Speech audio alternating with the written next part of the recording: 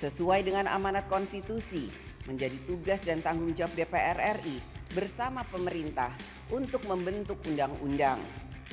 Dalam memenuhi kebutuhan hukum nasional, DPR RI bersama pemerintah harus memiliki komitmen yang kuat dalam menyusun substansi undang-undang agar berisikan keberpihakan kepada rakyat, mengutamakan kepentingan nasional, menjaga persatuan dan kesatuan, serta selaras dengan Undang-Undang Dasar Negara Republik Indonesia tahun 1945.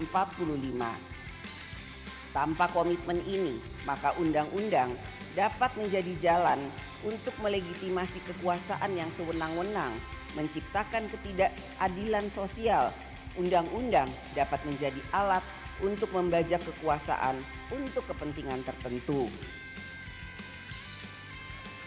Keberadaan undang-undang ini ke depan perlu dioptimalkan dalam memberi arah dan prioritas pembangunan nasional secara menyeluruh, terencana dan berkelanjutan. Sehingga setiap presiden, gubernur, bupati, wali kota tidak lagi memiliki ambisi visi misi pribadi masing-masing dalam membangun Indonesia.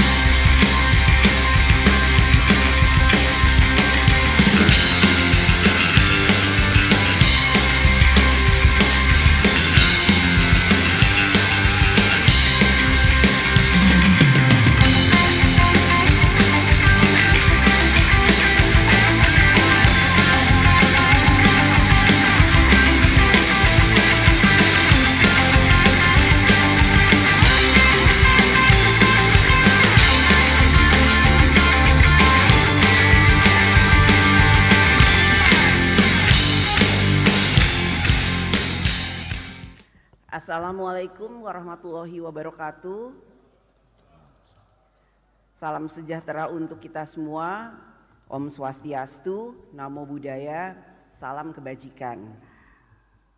Yang kami hormati Presiden Republik Indonesia Bapak Insinyur Haji Joko Widodo beserta Ibu Iriana Joko Widodo. Yang kami hormati Wakil Presiden Republik Indonesia Bapak Profesor Dr. Kiai Haji Ma'ruf Amin beserta Ibu Wuri Ma'ruf Amin.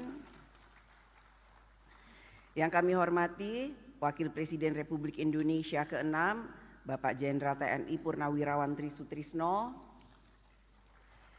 Yang kami hormati Wakil Presiden Republik Indonesia ke-10 dan ke-12 Bapak Dr. Andes Haji Muhammad Yusuf Kalla.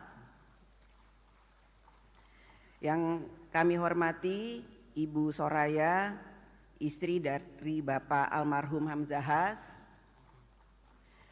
Yang kami hormati Ketua Majelis Permusyawaratan Rakyat Republik Indonesia Bapak Dr. Haji Bambang Susatyo.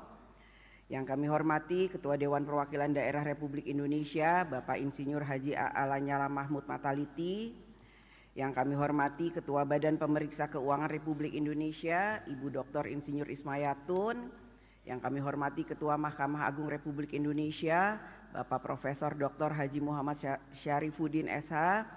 Yang kami hormati Ketua Mahkamah Konstitusi Republik Indonesia Bapak Dr. Suhartoyo.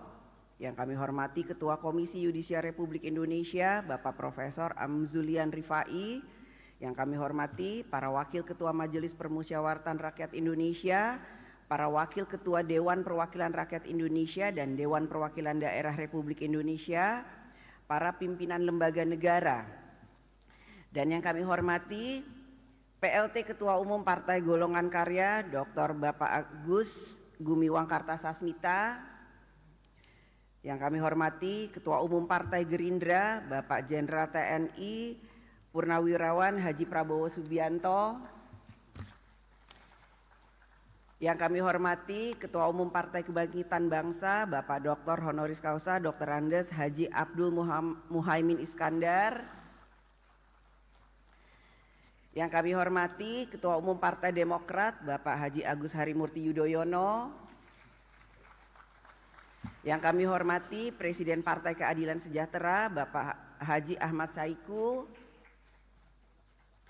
Yang kami hormati Ketua Umum Partai Amanat Nasional Bapak Dr. Honoris Causa Haji Zulkifli Hasan. Yang kami hormati para anggota MPR RI, DPR RI, dan DPD RI, yang mulia para duta besar negara sahabat, para Menteri Kabinet Indonesia Maju, Panglima TNI, Kapolri, dan Jaksa Agung, para perwakilan teladan dari seluruh Indonesia, para insan pers, media cetak dan elektronik, para undangan yang berbahagia, serta seluruh rakyat Indonesia yang kami muliakan. Puji syukur kehadirat Allah Subhanahu wa Ta'ala, Tuhan yang Maha Esa, yang telah memberikan rahmat karunia dan hidayahnya, sehingga pada hari ini kita dapat menghadiri sidang bersama DPR RI dan DPD RI. Pada awal tahun ini, kita, bangsa dan negara Indonesia, telah melaksanakan agenda nasional yang penting dan strategis yang akan menentukan jalannya penyelenggaraan pemerintahan negara 5 tahun ke depan, yaitu pemilihan umum untuk memilih presiden dan wakil presiden, serta memilih anggota legislatif DPR RI, DPRD Provinsi, dan DPRD Kabupaten Kota, serta pemilihan anggota DPD. Kita ucapkan selamat kepada Bapak Prabowo Subianto dan Bapak Gibran Rakabuming Raka sebagai Presiden dan Wakil Presiden terpilih. Pelaksanaan pemilu bagi rakyat adalah pesta demokrasi. Rakyat dianggap menjadi penting. Rakyat diundang oleh setiap calon. Ada yang menyediakan hiburan, ada yang menyediakan konsumsi, ada yang menyediakan oleh-oleh. Rakyat bergembira menikmati pesta demokrasi. Para calon pun berupaya menyenangkan pemilih agar dapat merebut suaranya. Berusaha tampil simpatik, foto diri yang terbaik dipajang sampai ke pelosok-pelosok. Rumah makan, pohon-pohon jadi korban. Tiang listrik penuh dengan tempelan. Semua cara dilakukan untuk mendapatkan suara rakyat. Bagi yang berhasil dalam pemilu, semua hal menjadi indah untuk dikenang. Sementara bagi yang belum berhasil, merasa serba sulit. Sulit makan, sulit tidur, bahkan ada yang sulit untuk bangkit kembali.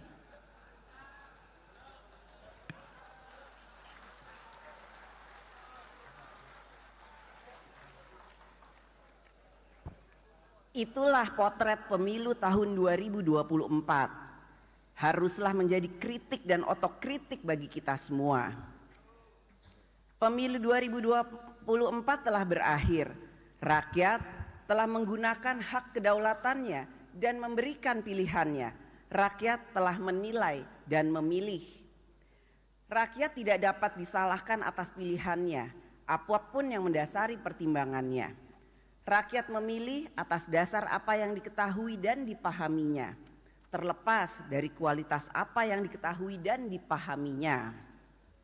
Pengalaman demokrasi sudah panjang, pemilu telah dilaksanakan berkali-kali. Bahkan sebelum era reformasi, pemilu juga sudah dilaksanakan dan rakyat juga memberikan pilihannya melalui pemilu. Apakah pemilu saat itu memenuhi syarat-syarat pemilu yang bebas, jujur dan adil? Silakan dijawab.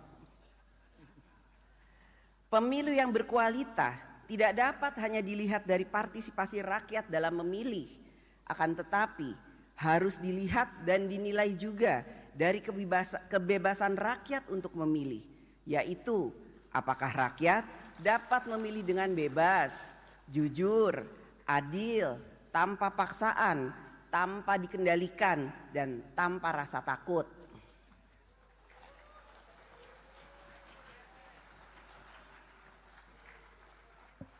Kita semua memiliki tanggung jawab bersama untuk menjaga dan menciptakan demokrasi yang berkualitas, semakin maju, beradab, dan mencerdaskan kehidupan bangsa. Menang kalah selalu ada dalam pemilu, karenanya kita dituntut untuk memiliki etika politik, siap kalah dan siap menang. Siap bertanding dan siap juga untuk bersanding.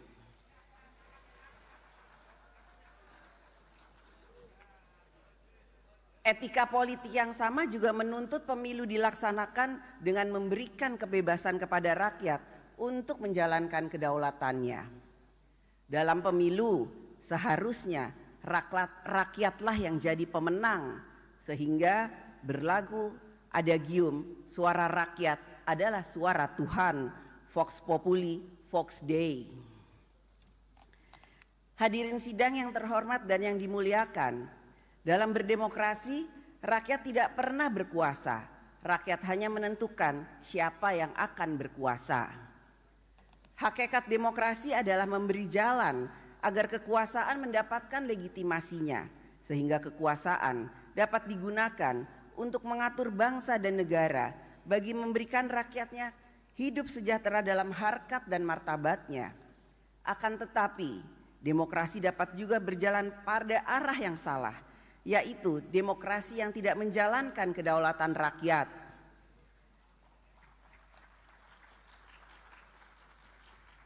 Konstitusi kita telah meletakkan prinsip dasar berdemokrasi, yaitu bahwa kedaulatan berada di tangan rakyat, bahwa Indonesia adalah negara hukum, segala warga negara bersamaan kedudukannya di dalam hukum.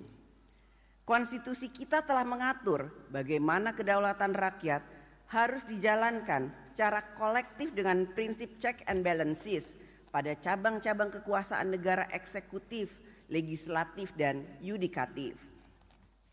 Keseimbangan kekuasaan antar cabang-cabang kekuasaan negara eksekutif, legislatif, dan yudikatif dapat berjalan dengan baik apabila politik berbangsa dan bernegara berlangsung secara demokratis, yaitu demokrasi kerakyatan yang dipimpin oleh hikmat kebijaksanaan dalam permusyawaratan perwakilan. Hikmat kebijaksanaan adalah suatu kesadaran akan pentingnya nilai-nilai dalam berbangsa dan bernegara, sehingga politik berbangsa dan bernegara dijalankan dengan menjunjung nilai-nilai yang beradab, bermartabat, beretika, sehingga perjuangan politik memiliki makna membangun peradaban. Suatu prinsip yang dikatakan Soekarno dalam pidato 1 Juni 1945, yaitu bahwa demokrasi kita adalah permusyawaratan yang memberi hidup, yang mampu mendatangkan kesejahteraan sosial bagi seluruh rakyat Indonesia. Negara Indonesia bukan satu negara untuk satu orang, bukan satu negara untuk satu golongan, akan tetapi kita mendirikan negara semua buat semua, satu buat semua, semua buat satu. All for one, one for all. Seorang negarawan akan memikirkan masa depan negara yang harus lebih baik, sedangkan politisi akan memikirkan masa depan hasil pemilu yang harus lebih baik. Visi tanpa kekuasaan menjadi sia-sia, kekuasaan tanpa visi menjadi sewenang-wenang. Oleh karena itu, untuk menjalankan praktek politik kekuasaan dalam sistem pemerintahan presidensial dengan keseimbangan cabang-cabang kekuasaan, maka kita membutuhkan negarawan yang politisi dan politisi yang negarawan. Sehingga kekuasaan negara dijalankan untuk kebaikan yang lebih besar, bukannya untuk membesarkan diri sendiri, kelompok, maupun kepentingan tertentu. Demokrasi juga memberikan ruang kepada rakyat ikut melakukan fungsi kontrol sosial, baik melalui media massa, media elektronik, media sosial, kerja-kerja LSM, pemikiran-pemikiran akademisi, kerja-kerja ormas, dan lain sebagainya, yang bertujuan agar kekuasaan yang berasal dari rakyat digunakan sungguh-sungguh untuk kepentingan rakyat. Mewujudkan demokrasi yang sejati bukanlah jalan yang mudah, karena itu jalan yang sulit dilalui. Bukan saja kita terhenti sejenak, tetapi kita tidak boleh mundur karena tujuan kita mulia. Tujuan sejak negara ini didirikan, yaitu Indonesia untuk semua yang merdeka, bersatu, berdaulat, adil dan makmur. Hadirin sidang yang terhormat dan yang dimuliakan, dalam praktek berdemokrasi di Indonesia saat ini berkembang juga demokrasi deliberatif, yaitu demokrasi wacana atau demokrasi berwacana. Media sosial menjadi salah satu kekuatan utama dalam demokrasi wacana, membangun opini dan persepsi. Melalui media sosial dapat diciptakan berbagai persepsi. Persepsi mengangkat citra seseorang, persepsi yang merendahkan seseorang, bahkan orang yang baik dapat dipersepsikan menjadi orang yang jahat. Begitu juga sebaliknya, orang yang jahat dipersepsikan menjadi orang yang baik. Orang yang salah menjadi orang yang benar, orang yang benar menjadi orang yang salah.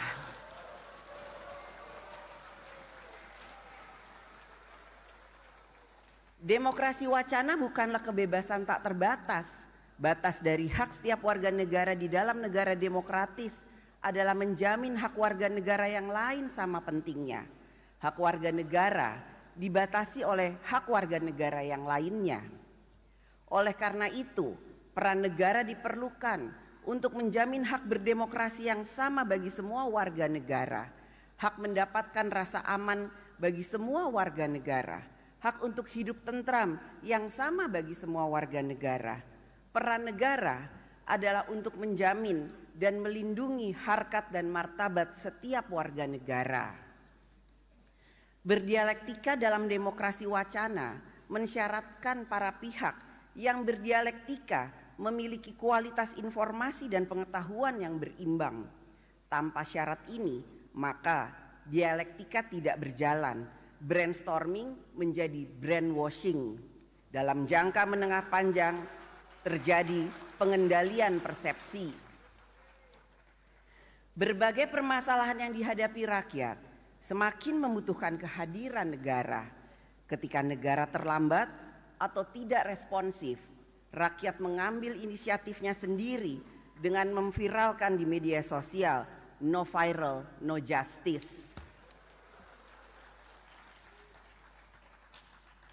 Menjadi tanggung jawab bagi kita bersama, lembaga kekuasaan negara, DPR RI, DPD RI, pemerintah pusat dan daerah, MA, MK, TNI, Polri, untuk menjalankan kekuasaan negara secara efektif, responsif, cepat, memperhatikan rasa keadilan, rasa kepatutan dalam menangani setiap urusan rakyat, sehingga rakyat merasakan kehadiran negara.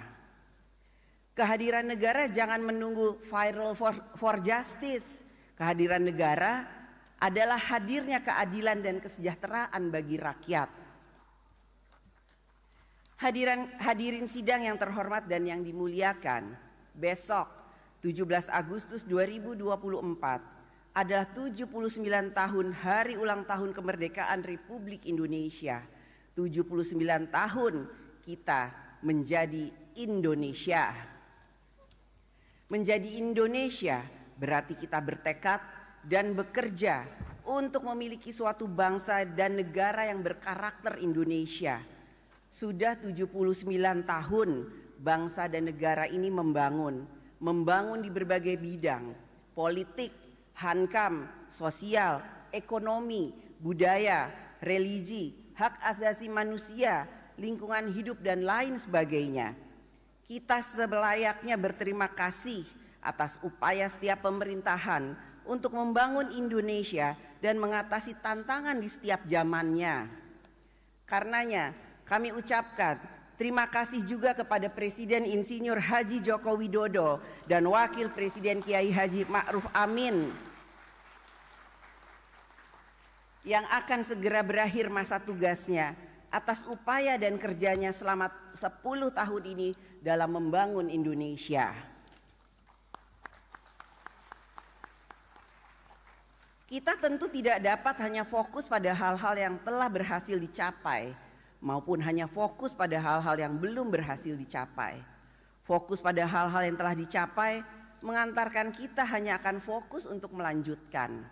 Fokus pada hal-hal yang belum berhasil dicapai mengantarkan kita hanya akan fokus untuk melakukan perubahan atau penyempurnaan. Jadi, di antara yang akan melanjutkan dan yang akan melakukan perubahan atau penyempurnaan, masih terdapat pengaruh utamaan yang lain, yaitu progresif, yang berarti maju berkembang dan berkembang untuk maju. Maju berarti menjadi berkualitas, berkembang berarti menjadi inklusif. Pembangunan yang berkualitas ditandai dengan kehidupan rakyat yang semakin makmur, sejahtera, mudah dalam berbagai urusan. Negara hadir untuk berpihak kepada rakyat. Pembangunan yang inklusif ditandai dengan kesempatan yang luas bagi seluruh lapisan masyarakat untuk ikut berpartisipasi dan menikmati hasil-hasil pembangunan. Petani, nelayan, buruh, rakyat kecil, guru, PNS, swasta dan lain sebagainya. Semua dapat berpartisipasi dan menikmati kesejahteraan, termasuk juga kaum perempuan.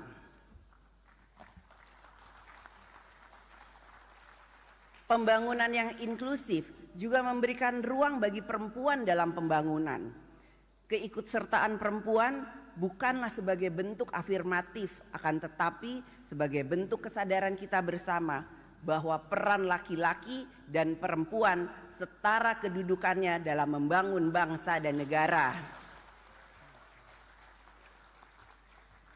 Saat ini masih banyak ditemukan cara pikir yang seperti ini. The happiness of man is I will. The happiness of woman is he wills. Seolah-olah hanya ada his story, tidak ada her story.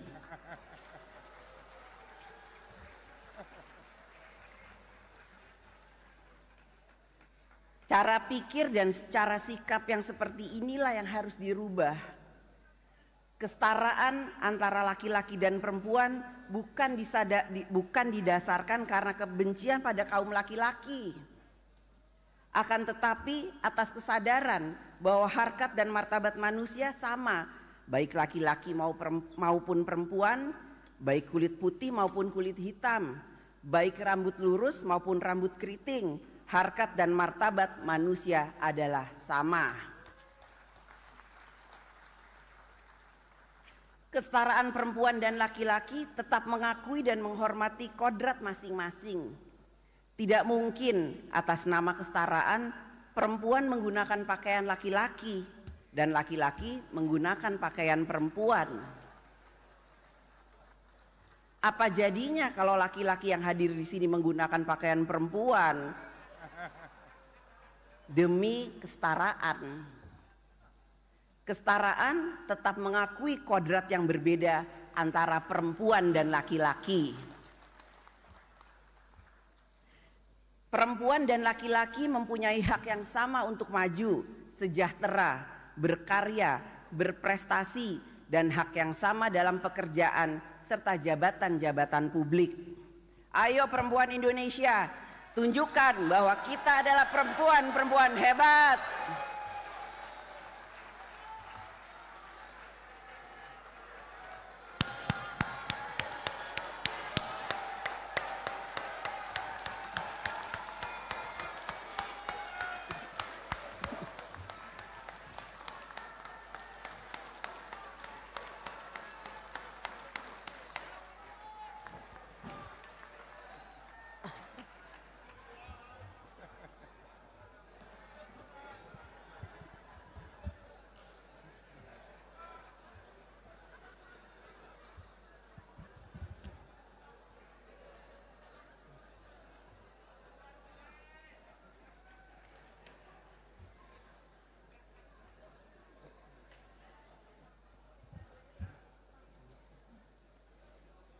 Hadirin sidang yang terhormat dan yang dimuliakan, pembangunan nasional ke depan memiliki sejumlah agenda strategis.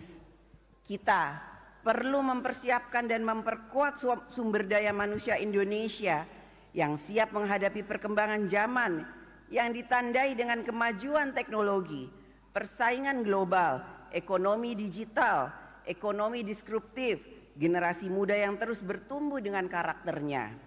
Sumber daya manusia Indonesia yang tangguh akan menjadi penggerak kemajuan Indonesia.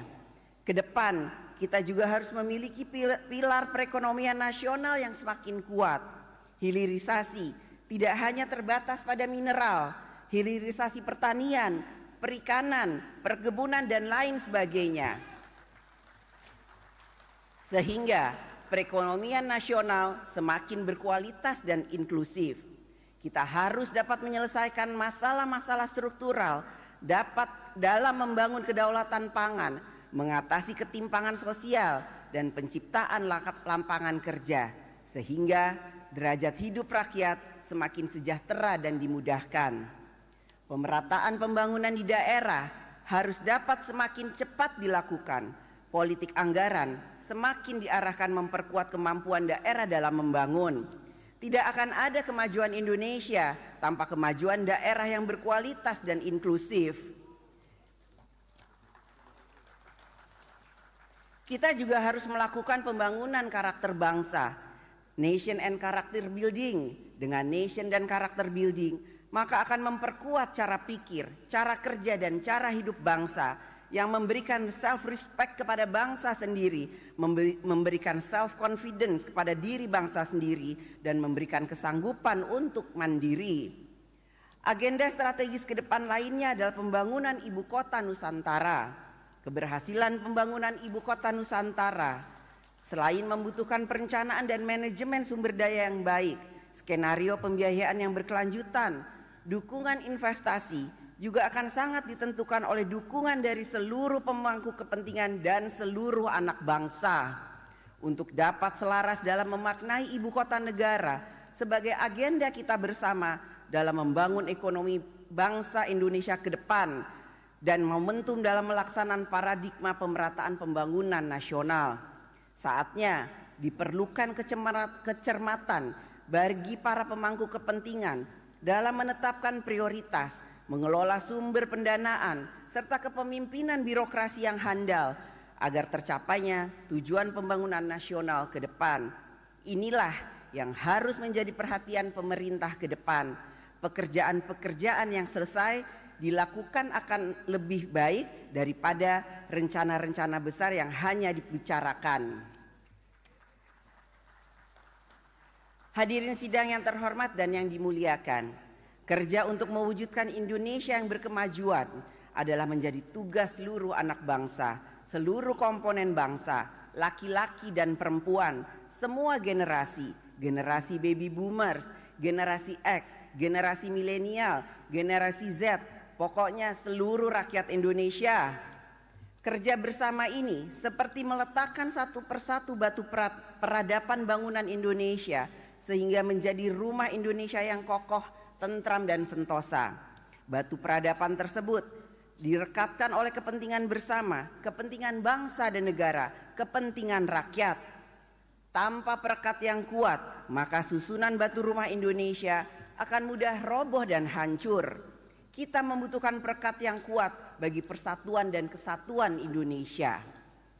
Sejak Indonesia merdeka, 17 Agustus 1945, kita adalah bangsa dan negara yang terdiri atas berbagai suku, kepercayaan, agama, bahasa, budaya, mendiami di 17.000 berbagai pulau Nusantara dengan jumlah penduduk lebih dari 280 juta jiwa dengan keragamannya. Lihat saja keragaman budaya daerah dalam memberikan salam yang penuh dengan kearifan lokal. Suku Batak, Horas. Suku Lampung Komering, Tabik pun. Suku Jawa, Rahayu. Suku Sunda, Sampurasun.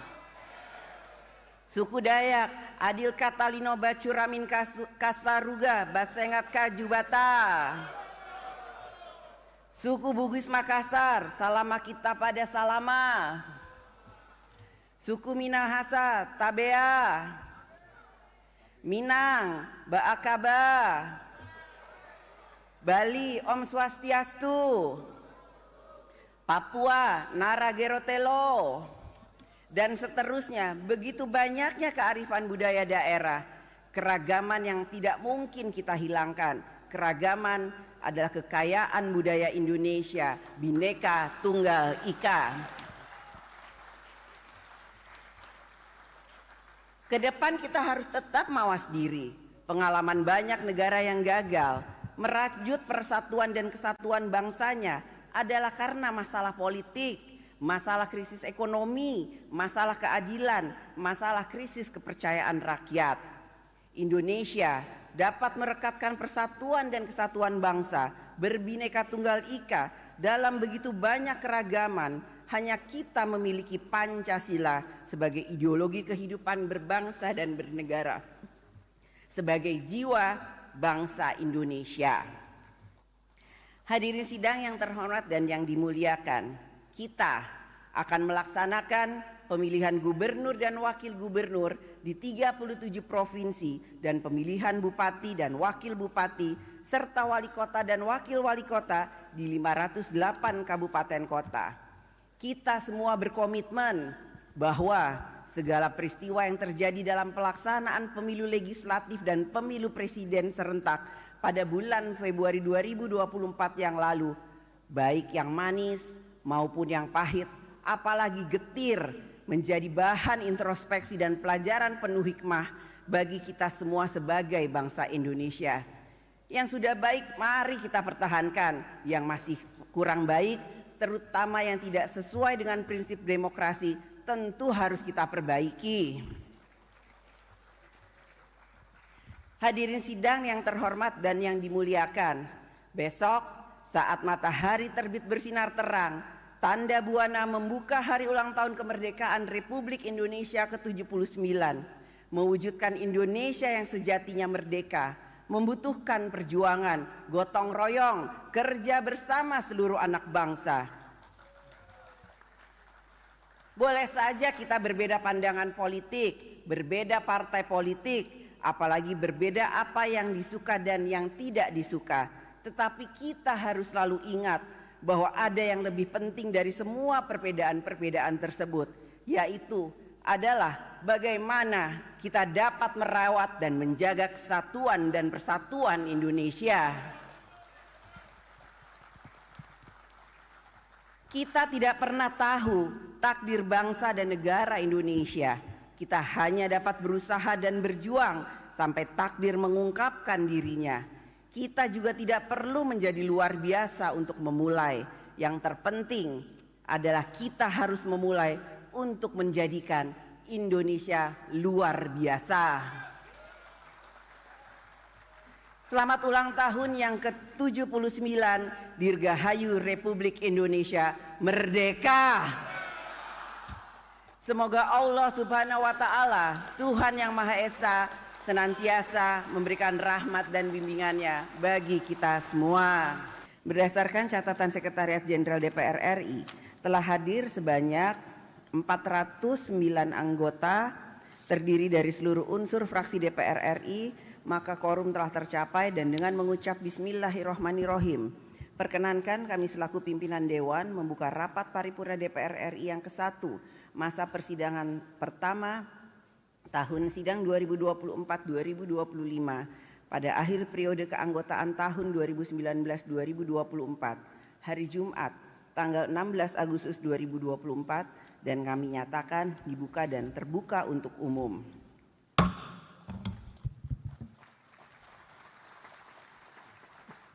Rapat paripurna DPR RI pada siang hari ini memiliki dua agenda, yaitu pertama, pidato Ketua DPR RI dalam rangka pembukaan masa persidangan pertama tahun sidang 2024-2025. Kedua, pidato kenegaraan Presiden Republik Indonesia dalam rangka penyampaian keterangan pemerintah atas rancangan undang-undang tentang anggaran pendapatan dan belanja negara tahun anggaran 2025 beserta nota keuangan dan dokumen pendukungnya.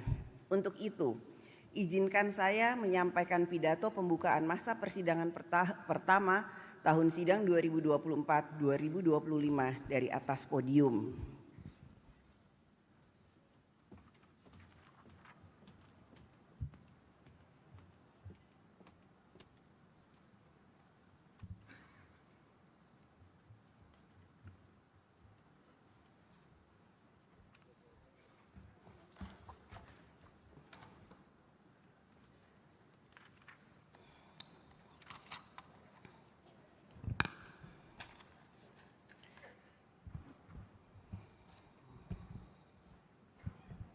Saudara Presiden dan Saudara Wakil Presiden, sidang Dewan yang terhormat, yang kami muliakan seluruh rakyat Indonesia.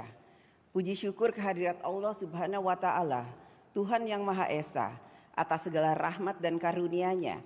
Pada siang hari ini kita dapat melaksanakan tugas konstitusional pada rapat paripurna DPR RI dalam rangka pembukaan masa persidangan 1 tahun sidang 2024-2025. Masa persidangan ini merupakan masa sidang yang terakhir bagi anggota DPR RI periode tahun 2019-2024. Terdapat sejumlah agenda yang perlu menjadi perhatian di masa sidang ini untuk dapat dituntaskan sebagai wujud pertanggungjawaban kinerja DPR RI periode 2019-2024. 5 tahun terakhir perjalanan kita sebagai bangsa dan negara seperti berlayar menghadapi terpaan badai gelombang pasang surut yang tidak pernah berhenti. Dimulai dari pandemi COVID-19, konflik geopolitik regional antar negara, ketegangan geopolitik yang meluas hingga ke Timur Tengah, krisis pangan, krisis energi global, serta gejolak ekonomi global. Gejolak dan ketidakpastian global tersebut berdampak langsung terhadap kehidupan kita sebagai bangsa dan negara, ketahanan kesehatan, sosial, pangan, energi, ekonomi, bahkan kehadiran pemerintahan dalam menyelamatkan kehidupan rakyat pun seolah diuji. APBN sebagai salah satu instrumen yang strategis dalam penyelenggaraan pemerintahan negara bahkan mengalami koreksi yang sangat dalam atas ruang fiskal untuk dapat menangani berbagai urusan kebutuhan rakyat. Penurunan penerimaan perpajakan dan kebutuhan belanja subsidi yang meningkat sangat besar, sehingga pilihan pahit yang kita tempuh dengan penarikan utang yang sangat besar. Walaupun demikian, terima kasih kami ucapkan atas gotong royong, kerja bersama seluruh pemangku kepentingan, DPR RI, pemerintah pusat, pemerintah daerah, TNI, Polri, BUMN, swasta, UMKM dan seluruh rakyat. Perekonomian nasional berangsur pulih. Hal ini patut kita syukuri bersama karena banyak pengalaman negara lain belum sepenuhnya pulih, apalagi ekonominya dapat tumbuh 5%-an tiap tahun. Pembangunan nasional walaupun disertai berbagai tantangan telah berhasil memajukan Indonesia, khususnya dalam pembangunan infrastruktur yang masif. Akan tetapi di tengah semaraknya pembangunan lahiriah ini, kita justru kurang merawat pembangunan karakter bangsa. Pembangunan karakter bangsa yang memiliki integritas dan etos kerja belum dirasakan dalam keseharian hidup berbangsa dan bernegara.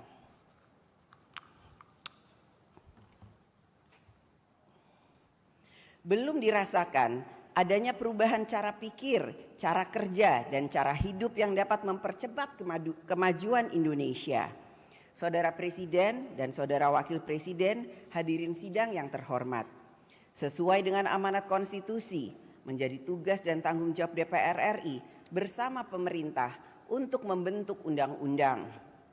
Dalam memenuhi kebutuhan hukum nasional, DPR RI bersama pemerintah harus memiliki komitmen yang kuat dalam menyusun substansi undang-undang agar berisikan keberpihakan kepada rakyat, mengutamakan kepentingan nasional, menjaga persatuan dan kesatuan, serta selaras dengan Undang-Undang Dasar Negara Republik Indonesia tahun 1945. Tanpa komitmen ini, maka undang-undang dapat menjadi jalan untuk melegitimasi kekuasaan yang sewenang-wenang, menciptakan ketidakadilan sosial. Undang-undang dapat menjadi alat untuk membajak kekuasaan untuk kepentingan tertentu. Oleh karena itu, dalam memastikan bahwa suatu pembentukan undang-undang merupakan kepentingan bangsa dan negara, kepentingan-kepentingan yang lebih besar, maka dalam membentuk undang-undang harus dilakukan meaningful participation, yaitu melibatkan kalangan masyarakat yang berkepentingan dan atau terdampak atas pengaturan oleh undang-undang. DPR RI dan pemerintah harus dapat mendengarkan suara rakyat, membuka mata dan telinga atas aspirasi rakyat secara hikmat dan bijaksana, sehingga pembentukan undang-undang dapat memberikan kehidupan berbangsa dan bernegara berjalan tertib, memberikan perlindungan, memberikan jalan mencapai kesejahteraan, memberikan keadilan, menjaga sumber daya bangsa dan negara, dan lain sebagainya. Pada kesempatan ini, kami sampaikan kinerja pembentukan undang-undang periode keanggotaan DPR RI hingga saat ini, yaitu terdapat 126 undang-undang yang telah selesai dibahas DPR RI bersama dengan pemerintah. Melalui alat kelengkapan DPR RI dengan rincian sebagai berikut. Komisi 1, 8 undang-undang.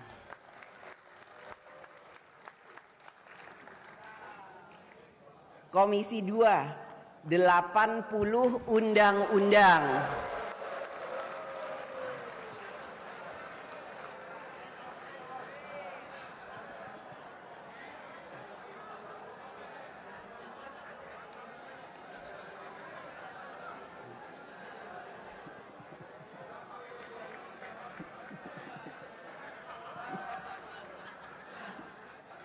Komisi 3, 5 undang-undang. Komisi 4, 1 undang-undang. Komisi 5, 1 undang-undang. Komisi 6, 5 undang-undang. Komisi 7, 1 undang-undang. Komisi 8, 1 undang-undang. Komisi 9, 1 undang-undang. Komisi 10, 4 undang-undang. Komisi 11, 5 undang-undang. Badan Legislasi, 9 undang-undang. Badan Anggaran, 1 undang-undang. Selain Undang-Undang Anggaran Pendapatan dan Belanja Negara. Panitia Khusus DPR RI, 4 undang-undang. Pada masa persidangan ini, DPR RI bersama pemerintah dan DPD RI akan memfokuskan pada pembahasan terhadap 17 RUU yang masih berada pada tahap pembicaraan tingkat 1. Salah satu agenda pembentukan undang-undang yang sangat strategis dan saat ini sedang dalam pembicaraan tingkat 1 adalah Undang-Undang tentang Rencana Pembangunan Jangka Panjang Nasional periode tahun 2025-2045. Rencana Pembangunan Jangka Panjang Nasional periode tahun 2005-2025 diatur oleh Undang-Undang Nomor 17 Tahun 2007. Untuk periode selanjutnya akan dibentuk Undang-Undang Rencana Pembangunan Jangka Panjang Nasional tahun 2025-2045. Keberadaan undang-undang ini ke depan perlu dioptimalkan dalam memberi arah dan prioritas pembangunan nasional secara menyeluruh, terencana dan berkelanjutan. Sehingga setiap presiden, gubernur, bupati, wali kota tidak lagi memiliki ambisi visi misi pribadi masing-masing dalam membangun Indonesia. Kita secara kolektif harus memiliki politik pembangunan Indonesia yang terencana, terkoordinasi, dan berkelanjutan. Perencanaan pembangunan nasional hendaknya memastikan bahwa usaha dan kerja keras kita dalam membangun Indonesia memiliki arah dan tujuan bersama. Saudara Presiden dan Wakil Presiden, hadirin sidang yang terhormat, DPR RI melalui fungsi pengawasan memastikan bahwa kinerja pemerintah dapat mensejahterakan rakyat, mempermudah urusan rakyat, membangun sarana prasarana untuk rakyat, menciptakan ketertiban, wujudkan rasa aman, dan lain sebagainya.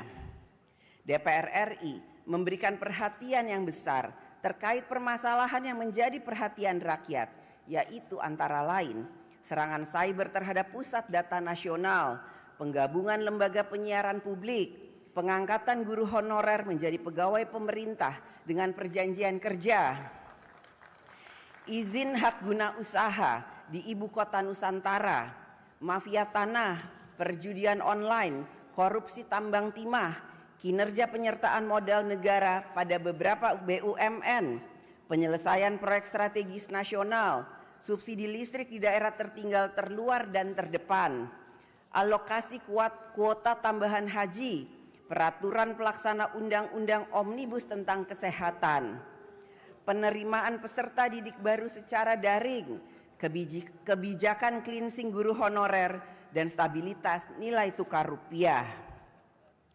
DPR RI juga memberikan perhatian pada persiapan penyelenggaraan pemilihan kepala daerah yang akan dilaksanakan pada tanggal 27 November 2024 yang akan datang.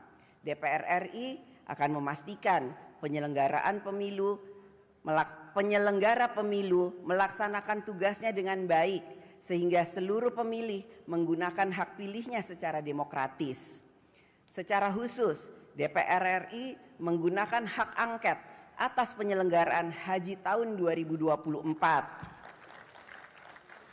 yang banyak menimbulkan berbagai masalah pelaksanaan haji pada tahun 2024. Pemerintah harus memiliki komitmen yang tinggi untuk menindaklanjuti berbagai keputusan rapat kerja komisi dan alat kelengkapan dewan lainnya. Komitmen pemerintah tersebut menunjukkan bahwa terdapat saling menghormati kewenangan antara lembaga eksekutif dan legislatif. Prinsip checks and balances di antara cabang-cabang kekuasaan negara, eksekutif, legislatif, dan yudikatif telah diamanatkan di dalam konstitusi, bahkan diperkuat sejak amandemen pasca reformasi. Kita dapat menikmati bagaimana prinsip check and balances, cabang-cabang kekuasaan dilaksanakan dari masa ke masa sebelum reformasi.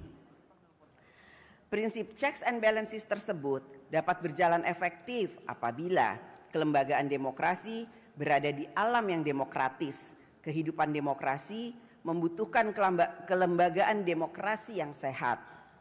Partai politik, pemilu, kekuasaan lembaga-lembaga negara, hak-hak rakyat untuk hidup cerdas merupakan kelembagaan demokrasi yang harus dibangun di atas prinsip-prinsip yang dapat memberikan nafas kehidupan berdemokrasi. Tanpa itu, maka demokrasi tidak akan berjalan. Pada kesempatan ini, saya menyampaikan apresiasi yang dalam dan ucapan terima kasih kepada media, wartawan, dan jurnalis yang juga telah ikut melaksanakan fungsi kontrol sosial atas penyelenggaraan pemerintahan negara, termasuk terhadap DPR RI. Kepada media, rakyat juga menitipkan harapan agar dapat ikut mengawal demokrasi, mengawal jalannya kedaulatan rakyat melalui media yang mencerdaskan kehidupan bangsa. Menjadi tugas sejarah kita bersama, DPR RI dan pemerintah, untuk mewujudkan kedaulatan rakyat yang memberikan kehidupan rakyat yang semakin baik, hidup lebih sejahtera, nyaman, mudah dalam berbagai urusan, dan negara selalu hadir untuk rakyat. Saudara Presiden dan Saudara Wakil Presiden, hadirin sidang yang terhormat, DPR RI melalui tugas diplomasi menjalankan misi dan komitmen dalam membangun dunia yang lebih baik. Dunia dengan tatanan sosial, ekonomi, serta politik yang humanis, berkeadilan sosial, damai, dan melestarikan sumber daya alam serta lingkungan. Selama periode 2019-2024 ini, DPR RI telah berperan aktif dalam forum internasional yang ditunjukkan dengan kepemimpinan DPR RI dalam forum-forum internasional. Serangkaian kegiatan diplomasi tersebut dilakukan oleh DPR RI untuk memperkuat politik luar negeri Indonesia dan posisi Indonesia dalam memperjuangkan kepentingan nasional. Saudara Presiden dan Saudara Wakil Presiden, hadirin sidang yang terhormat, agenda kedua pada siang hari ini adalah pidato Presiden Republik Indonesia dalam penyampaian keterangan pemerintah atas rancangan undang-undang tentang anggaran pendapatan dan belanja negara APBN tahun anggaran 2025 beserta nota keuangannya. APBN tahun anggaran 2025 berada pada masa transisi pemerintahan, sehingga penyusunannya juga khusus sebagaimana diatur di dalam Undang-Undang Nomor 17 Tahun 2007 tentang Rencana Pembangunan Jangka Panjang Nasional tahun 2005-2025, yaitu Presiden yang sedang memerintah pada tahun terakhir pemerintahannya diwajibkan menyusun rencana kerja pemerintah untuk tahun pertama periode pemerintahan presiden berikutnya. Presiden terpilih periode berikutnya tetap mempunyai ruang gerak yang luas untuk menyempurnakan rencana kerja pemerintah dan APBN pada tahun pertama pemerintahannya melalui mekanisme perubahan APBN atau APBNP. Tahun 2025 merupakan tahun pertama dari pemerintahan baru, sehingga pemerintahan baru tersebut memiliki program-program yang sudah harus dijalankan sejak tahun pertamanya. Oleh karena itu, di dalam pembahasan kerangka ekonomi makro dan pokok-pokok kebijakan fiskal APBN tahun 2025, DPR RI dan pemerintah bersepakat untuk tetap memberikan ruang yang seluas-luasnya bagi pemerintahan yang baru dalam menjalankan program kerjanya di tahun 2025. DPR RI bersama pemerintah telah melakukan pembahasan dan menyepakati kebijakan ekonomi makro dan pokok-pokok kebijakan fiskal APBN tahun anggaran 2025 yang menjadi dasar penyusunan nota keuangan dan RUU RAPBN tahun 2025 beserta nota keuangan yang akan disampaikan oleh Saudara Presiden. Dana APBN berasal dari uang rakyat. Oleh karena itu, belanja negara harus lebih banyak dialokasikan dan efektif dalam memudahkan rakyat dalam mendapatkan pelayanan kesehatan, pendidikan, memperoleh pemberdayaan ekonomi, membangun sarana dan prasarana dalam mendukung kegiatan ekonomi rakyat, dan lain sebagainya yang pada pokoknya adalah penerima manfaat belanja negara adalah rakyat. Pemerintah harus dapat memiliki indikator yang terukur dari seluruh alokasi anggaran program di setiap kementerian dan lembaga yang menunjukkan bahwa belanja negara memenuhi kriteria belanja yang berkualitas atau spending better dan bukannya hanya sekedar lebih baik belanja atau better to spending. Pemerintah harus menyelesaikan berbagai persoalan struktural agar target pertumbuhan ekonomi yang lebih besar, agar Indonesia bisa keluar dari middle income trap. Masalah struktural seperti antara lain kedaulatan pangan, energi, kesenjangan ekonomi, kemiskinan, penciptaan lapangan kerja, industri, ekonomi kerakyatan, sumber daya manusia dan lain sebagainya masih merupakan pekerjaan rumah yang harus diselesaikan. Inilah tantangan kita ke depan yang harus mendapatkan penanganan yang efektif dari aspek kebijakan program, anggaran, tata kelola, dan sumber daya manusia pemerintahan. Pemerintah ke depan semakin dituntut untuk dapat menyelesaikan masalah struktural di berbagai bidang agar dapat menciptakan percepatan kemajuan dan kesejahteraan rakyat yang semakin inklusif. Saudara Presiden dan Saudara Wakil Presiden hadirin sidang yang terhormat, selama 79 tahun lamanya kita telah membangun kemajuan Indonesia untuk menciptakan dan mewujudkan cita-cita kemerdekaan. Menjadi momentum bagi kita semua untuk melakukan kritik dan otokritik atas upaya kita selama ini dalam membangun kemajuan bangsa dan negara Indonesia. Tidak masalah seberapa cepat kita berjalan, asalkan kita tidak pernah berhenti, apalagi mundur. Kita harus terus membiasakan yang benar dan bukan membenarkan yang biasa. Kita harus terus memperkuat hal-hal yang baik dan membuang hal-hal yang buruk. Dirgahayu Republik Indonesia, sekali merdeka, tetap merdeka. Merdeka!